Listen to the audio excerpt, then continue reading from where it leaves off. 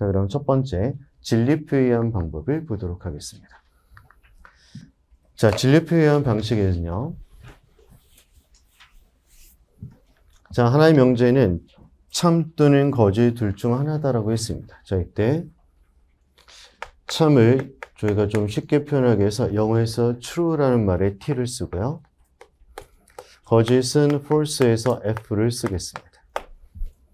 그러면 q도 마찬가지입니다. 참 또는 거짓 둘 중 하나죠.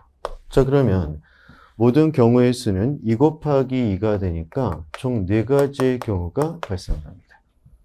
그래서 두 개 모두 참일 때, P가 참, Q가 거짓일 때, P가 거짓, Q가 참일 때, 그리고 두 개 모두 거짓일 때, 총 4가지의 경우의 수가 나타나게 되죠. 이것을 그린 것을 저희가 진리표라고 표현하는 겁니다. 그래서 하나 여러분들이 경우의 수가 있네, 경우의 수를 생각하다 논리적인 사고예요. 처음에 시작이 되는 겁니다. 논리적 사고. 자, 그러면 어떤 명제끼리의 결합이 있는가? 자, 첫 번째 부정관계를 보도록 하겠습니다. 자, 부정은 자, 여러분들 교재 20쪽입니다. 자, 부정관계에서는요, 뭐뭐가 아니다를 원래의 문장에다가 붙여서 만든 표현을 부정관계라고 합니다. 자, 부정 표시는요, 보통 여러분들 이런 물결명을 가장 많이 사용을 합니다. 뭐, 이렇게도 사용하고, 이렇게도 사용을 하지만요, 어디 뭐, 편한 거 사용해도 상관은 없습니다. 어떤 상관은 있지만요, 일반적으로 물결을 좀 많이 사용을 합니다. 즉, 피다, not 피다 라고 하는 표현은 피, not 피로 표현합니다. 자, 부정과의 관계는요, 자, 명제가 하나가 있을 때 이는 둘 중 하나입니다. 참 또는 거짓 둘 중 하나죠. 그런데 이것이 부정됐을 때는 참일 상태는 거짓으로, 거짓 상태는 참으로 완전히 진리값이 바뀌게 됩니다. 이것을 저희가 부정이라고 표현합니다. 그래서 부정은 동시에, 자, 원명제와 부정과의 관계는 동시에 참이 될 수 있나요? 안 됩니다. 동시에 거짓 불가능합니다. 항상 상반된 진리값을 가지게 되는 것을 부정관계라 해서 부정은 곧 저희가 모순관계라고도 표현합니다. 똑같습니다.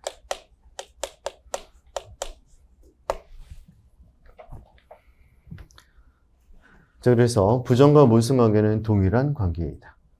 따라서 지문에서 보시면요, 논증 분석에서 저희 기초에 이런 게 나옵니다. 가은은 나의 부정이다. 이 얘기는 두 개의 무슨 관계인가를 보시라는 거고요. 기억과 니은은 모순이다. 이거는 부정관계인가를 보시라는 뜻입니다. 똑같은 문제입니다.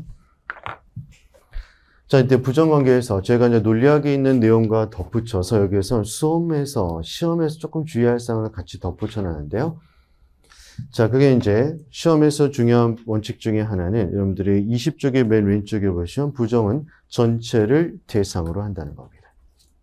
명제 전체가 대상이에요. 그래서 예를 들어서 영희는 행복하다 부정해 보세요. 영희는 행복하지 않다. 그렇습니다. 뭐 간단합니다. 두 번째, 철수는 성격이 차분하며 대인관계가 좋다. 자, 부정해 볼까요? 주의사항, 명제 전체 부정이니까 전체를 괄호치고 부정을 하시는 거예요. 그럼 어떻게 말이 되죠? 철수는 성격이 차분하며 대인관계가 좋다는 것은 틀렸다. 그렇다는 것은 사실이 아니다와 같이 표현이 됩니다. 특히 뭐뭐 한다는 것은 사실이 아니다. 이건 저희 기출에서 자주 나오는 표현 방식입니다. 그것은 전체 부정을 의미한다. 아주 주의하셔야 돼요. 이거 하나만 부정하는 게 아니라 전체를 합쳐서 부정하는 겁니다. 이것은 뭐뭐 한다는 것은 아니다. 항상 이렇게 표현이 됩니다. 그래서 여러분들이 이 논리학 개념을 보시게 되면은 여러분들도 모르게 문장 하나하나에 대한 분석을 집중을 할 수밖에 없게 됩니다. 좀 더 예민하게 볼 수 있게 된다는 겁니다. 자, 그 다음에 두 번째 관계. 자, 두 번째 관계는 저희가 컨정션이라고 하는데요. 이런 단어는 영어에서도 일상에서 거의 사용 안 합니다. 좀 학적인 단어죠. 근데 우리나라 번역문에서도 조금 연원이라고 번역을 하시더라고요. 그래서 이거 어디서 날 때 역시 일본 교과서에서 한자를 그대로 따온 겁니다. 좀 너무 아쉬운 게 좀 이런 거예요. 그래서 논리학 전문가가 많으면 같이 합의를 해서 정할 텐데, 이거 용어가 좀 이상하지 않나요? 제가 처음 유학 갔다 사케 가서, 이거 표현이 저도 잘 모르게 연원? 이게 무슨 뜻이에요? 했더니, 왜 이걸 모르냐고. 옛날부터 사용됐던 거라고. 다 구차한 분들이 와서 뭐라고 주장을 못 하겠더라고요. 차라리 영어를 써라. 뭐 그게 낫다라고 하지만은 이제 이분들은 시각은 그때 꽤 괜찮다는 시각이 굉장히 강하세요. 그래서 저도 사용을 하는데 그러면서 학교에서 너무 재밌어요. 공식 용어집을 줍니다. 앞으로 이런 단어는 이렇게 번역해 라고 공식적인 문건까지 주시더라고요. 혼종되지 않게 하라. 그래서 여러분들한테 좀 어렵지 않죠. 번역을 하면 그래서 연결되어 있는 언명 이런 뜻이에요. 그러니까 연결되어 있다는 개념, 즉 결합이 완전히 결합되어 있다라고 생각하시면 되는 겁니다. 자, 연원 개념은요. 영어에서 and입니다. and. 그래서 컴퓨터의 and 표시를 해서 이 표시를 자주 사용을 합니다. 뭐 근래는 다 이렇게 사용하시죠. P 그리고 Q다 이렇게 사용합니다.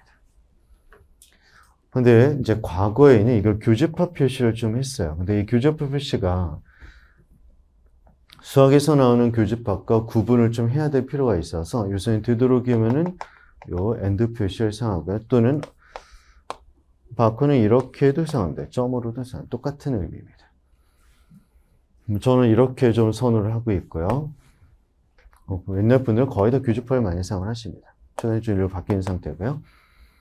그래서 이것은 P이고 Q이다라는 뜻입니다. 그리고 또 한 가지 주의할 것은요. 이걸 단순히 and라고 하는 순접 접속사의 개념만 가지면 안 되고요. 실제로는 그러나, 하지만, 그렇지만 같은 대등 접속사도 포괄합니다. 그러니까 이 결합이라는 개념이 두 개가 한꺼번에 같이 움직인다 이런 개념이에요.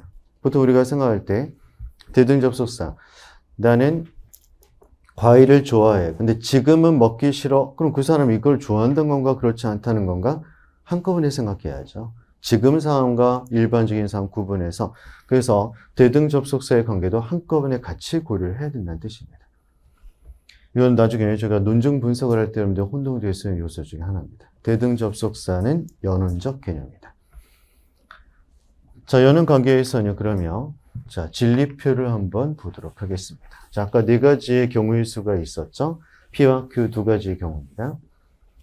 자, 두 개 관계에서 저희가 결합되어 있기 때문에 이들은 한꺼번에 모두 있을 때, 모두가 참으로 주어졌을 때만 참이 됩니다. 어느 하나라도 거짓이 있다. 거짓이 있으면은 결합 관계이기 때문에 이것은 전부 다 거짓이 될 수밖에 없다는 겁니다. 그래서 참이 되는 것은 오직 하나입니다. 두 개가 모두 참일 때만 참이다. 제가 바로 연원 개념에 해당됩니다. 연원. 자, 그 다음에 두 번째 선언을 보죠. 자, 선언은 선택적 언명이라는 뜻이랍니다. 그래서 디정션이라고 표현하는데요. 또는 뭐뭐이거나 등과 연결되어 있는 두 개의 문장으로 구성된 북한 문장을 제가 선언이라고 표현합니다. 자, 이 선언은요, 개념상 이렇게 이해하시는 게 좋습니다. 둘 중 적어도 하나는, 최소 하나는 참이다. 이렇게 생각하시면 훨씬 더 정확한 표현입니다. 그렇죠? 둘 중 적어도 하나, 최소 하나는 반드시 참이 된다. 이런 개념입니다. 이게 선언문인데요. 그래서 선언문의 기원은 보통 이 비표시를 한다. 비표시. 이게 원래 라틴어에서 벨이라는 전치사가 영어에서 오르란 뜻이에요. 그래서 이제 벨이라는 표현에서 비표시를 하게 됩니다.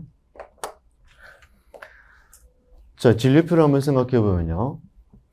자, 진리표에서는 여러분들이 이 개념 그대로 생각하시면 돼요. 둘 중 적어도 하나가 참이다. 이걸 생각하시면 돼요. 그러면 진리표에서 둘 중 하나라도 참이 있으면 무조건 참이 된다 해서 세 개가 무조건 참입니다. 여러분들 오타가 좀 있습니다. 그 두 번째 줄 이거 참으로 표시하셔야 돼요. 자, 중간에 보니까 이번에 논리학에서는 제가 해커스는 처음 출판을 해서 그런지 오타들이 조금씩 있더라고요. 그래서 그때만 말씀드리도록 하겠습니다. 그래서 저기 참으로 표시하고, 그러니까 세 개가 전부 참이죠. 하나만 거짓이 해당됩니다. 그래서 연원에서는 두 개가 모두 참일 때만 참, 선언에서는 두 개가 모두 거짓일 때만 참이다. 자, 이제 한 가지만 더 하면 저희는 문장끼리의 관계는 모두 다 논리식으로 변환할 수 있어요. 근데 이 마지막 하나가 좀 까다롭습니다.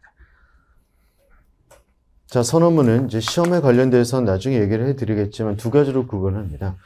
하나는 예를 들어서 철수는 공부를 잘하거나 운동을 잘한다 생각해보세요. 이거는 두 개 모두 참이 가능하죠. 이런 것을 저희가 포괄적 선언이라고 합니다.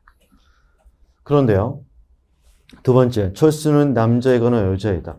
이렇게는 둘이 동시에 참은 안 되죠. 이런 것을 배타적 선언이라고 합니다. 시험에서는 항상 구분을 해줍니다. 그래서 내용적으로 남자, 여자 나오면 배타적 선언이다. 아니면 A와 B 하나만 참이다 라는 식으로 해서 꼭 표시를 해줍니다. 그래서 이런 표시가 없으면 그냥 포괄적 선언이다 라고 생각하시면 됩니다. 일단 구분이 좀 돼 있는 상황에서 출제가 되고 있고요. 자, 그럼 네 번째 조건문을 보자. 조건문은요. 말 그대로 이것은 영어에서는 저희가 가정법이라고 하죠. if 문장입니다. 그래서 만약 P라면 Q이다로 표현이 되고 여러분들 이건 잘 알고 계시죠? 기호화도 P면 Q다 화살표로 보통 이렇게 표시를 합니다. 이때 앞에 있는 명제를 원래 antecedent라는 것을 번역을 앞에 나온다 해서 전건이라고 번역을 하고요. 그 다음에 consequent라는 뒤에 나오는 것을 후건이라고 얘기합니다. 근데 이제 교수님도 고창 교수님들 보니까 이걸 전건, 후건에서 이렇게 경음을 사용하시는데 뭐 국문학에서 그런지 모르겠는데 전 너무 어색하더라고요. 그래서 그냥 저는 전건, 후건으로 발음을 하고요. 그 다음에 여러분들로 개념상 앞서 나오는 거 antecedent, 그 다음에 뒤에 나오는 consequent, 규결되는 부분이다. 이렇게 이해하시는 게 더 정확한 방법이라고 생각합니다. 그래서 두 가지로 구분이 됩니다. 이게 P면 Q다라고 표시하는 건데요. 이때 여러분들이 논리학서적 혼동되는 게 있어요. 똑같은 표현이 이렇게 논리학서에서 나옵니다. 이게 왜 사용이 안 되냐면 이것을 왜 자칫 잘못해서 이건 포함관계 이렇게 생각할 수 있기 때문에 아닙니다. 이것은 논리적인 함축관계를 의미하는 거예요. 그러니까 논리적 함축이라는 것은 얘가 참이면은 얘는 반드시 참이 된다라는 뜻이에요. 이 표현을 이제 수학의 교집합, 수학의 이런 포함관계를 생각을 했던 겁니다. 그래서 논리학적 의미와 수학적 의미가 다릅니다. 이거 주의하셔야 돼요. 그래서 지금은 이렇게 화살표로 사용을 하고 있는 겁니다. 혹시 여기에 나오면은 이거는 똑같다라고 생각하시고 절대 이게 아닙니다. 자, 왜 그러냐면 여러분들 명제간의 조건만 관계에서 예를 들어서 네가 열심히 공부한다면 너는 합격할 것이다라는 것에서 이게 포괄 관계가 뭐 들어오니까 내가 열심히 공부하는 것 하게 되면 합격이라는 게 내 안에서 막 그렇죠. 감정적으로 움틀거리기는 하겠죠. 그러나 이게 완전 포함되는 개념은 전혀 아니죠. 명제끼리는 별개입니다. 이런 관계 성립이 안 돼. 이건 어디 때 성립되죠? 집합적 관계에선 성립이 되죠. 예를 들어 모든 인간은 죽는다. 그러면 죽는다 개념 안에 인간이 다 들어갈 수 있다. 뭐 이런 것은 가능합니다. 하지만 명제끼리의 관계에서 이런 건 있을 수가 없죠. 이건 주의하셔야 돼요. 그래서 전에 봤더니 어디서 봤죠? 유튜브가 어디서 봤더니 이 개념을 조건면서 하면 이렇게 집합하는 그런 분이 계시더라고요. 논리 약간 이제 이런 것들이 이제 잘 모르고 하시는 의도는 없었죠. 여러분들한테 뭐 그런 분들이 가짜 정보를 주려고 하는 의도는 잘 몰라서 하는 건데, 근데 결과적으로 여러분들한테 페이크 논리가 될 수가 있는 겁니다. 그래서 이건 주의를 하셔야 돼요. 조건면 관계에선 포함 관계는 없다. 논리적인 함축만 있을 뿐이다. 이겁니다. 자, 그럼 조건문의 진리표. 자, 이제 여기서부터 이제 여러분들한테 일반 상식에서 벗어날 필요가 있는 논리적 원칙들입니다. 자, 조건문에서 먼저 첫 번째 줄을 보자. 자, 전건이 참이고 후건이 참이에요. 그러면 자, 열심히 공부한다면 합격할 것이다. 자, 열심히 공부 합격을 했어요. 그러니 조건문은 참이죠. 맞습니다. 그런데 두 번째 줄. 열심히 공부했는데 합격을 못했어요. 그럼 그 조건문은 틀렸죠. 거짓입니다. 자, 여기까지 문제가 없죠. 자, 그런데 세 번째와 네 번째 줄에서는요, 전건이 거짓입니다. 자, 이렇게 되면 결과적으로 후건이 뭐가 되든지 반드시 참이 됩니다. 이거는 일반적인 상식선에서는 조금 혼동이 돼요. 왜냐하면 일반 상식에서는 한번 생각해 보세요. 네가 만약 외계인이라면 넌 날아다닐 거야. 나 외계인 아니죠. 그러면 그 사람의 주장은 뭐가 되죠? 뭐 정신 나간 소리가 됐거나 또는 나랑 무관한 진술이 되거나 이렇게 될 겁니다. 근데 논리학에서는 안 그래요. 그건 참이 됩니다. 자, 왜냐하면은 다음에 전제리가 있습니다. 이 조건문은 어떤 경우더라도 참 또는 거짓이 되어야 됩니다. 둘 중 하나예요. 자, 그런데 조건문의 전건이 거짓이 되면요. 자, 예를 들어 볼게요. 자, 그것이 까마귀라면,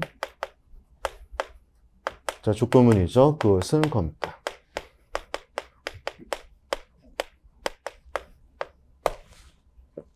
여러분들이, 자, 이거 조건문인데 이 조건문이 틀렸다.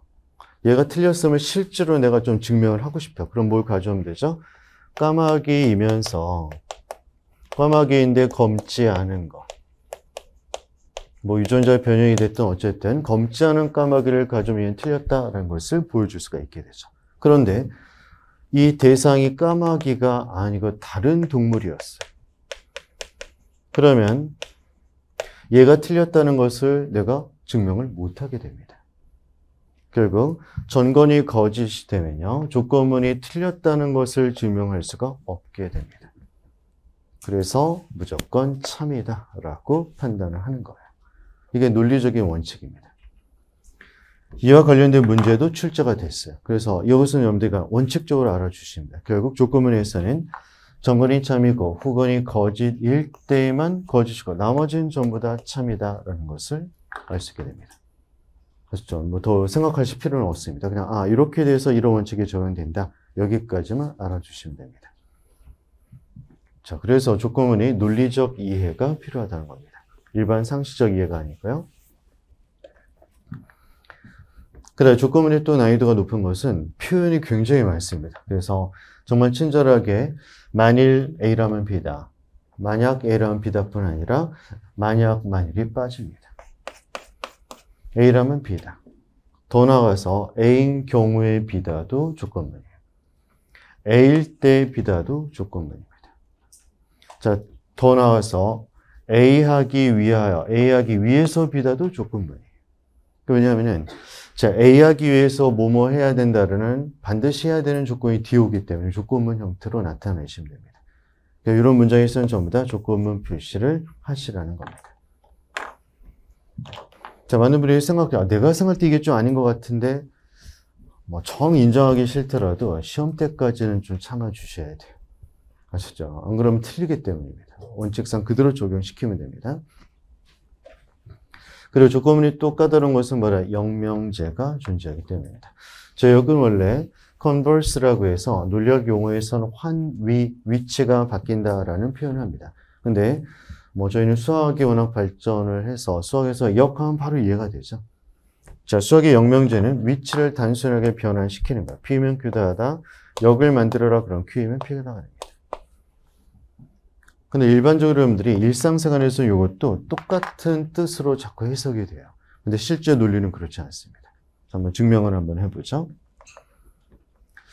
자, 영명제에 대한 진리표를 그려봤습니다. 자, 조건문의 진리표 여러분들 방금 저희가 했었죠. 참, 두 번째 줄 거짓, 참, 참입니다.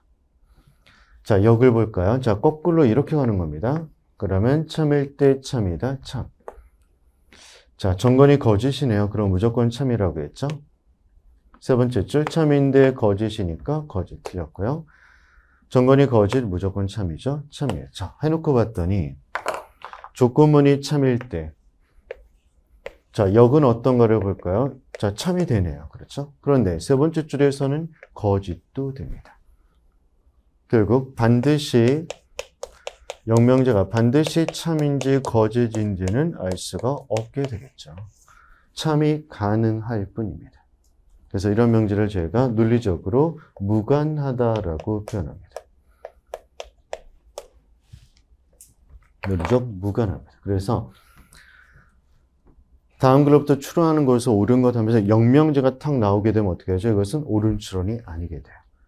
무관하기 때문이죠. 그냥 참도 되고 거의도 가능하기 때문입니다. 그래서 저희 거의 대부분의 문제에서는 오답 형태로서 영명제를 주는 경우가 굉장히 많습니다. 역은 논리적 추론으로서 타당한 것이 아니다라는 거 기억하시고요. 또 그런데 어떤 때 보면요. 문제에서 이 두 가지가 역도 성립한다라는 말을 할 때가 있어요. 역도 성립에 같이 됩니다. 자, 이럴 때는 21쪽의 맨 오른쪽에 조그만 글씨에 보시면 이런 것을 제가 biconditional이라고 해서 쌍조건문이라고 표현합니다. 그래서 논리적으로 표현할 때도 화살표를 양쪽에다 이렇게 주시면 됩니다. 이것은 P면 Q도 되고 Q면 P도 된다라는 거죠. 두 가지가 진리값이 똑같다라는 표현에서 이렇게 동치관계에 대한 표현을 논리학에서는 이퀄에서 하나 더 선을 그어서 세 개의 선을 그어. 이건 진리값이 동일하다. 즉 동치관계를 의미합니다. 값치자죠. 진리값이 똑같다라는 뜻입니다. 동치관계. 자, 그래서 바로 쌍조건문에 해당이 됩니다. 자, 그러면 사실 지금까지 4개 정도를 저희가 했죠. 그러면 자, 이론적으로는 여러분들 이제 모든 문장을 다 기화시킬 수 있는 겁니다. 굉장히 심플하죠. 대신 주의할 것은 이런 개념적 의미가 문장으로서 들어왔을 때 혼동이 좀 될 수 있다는 거예요.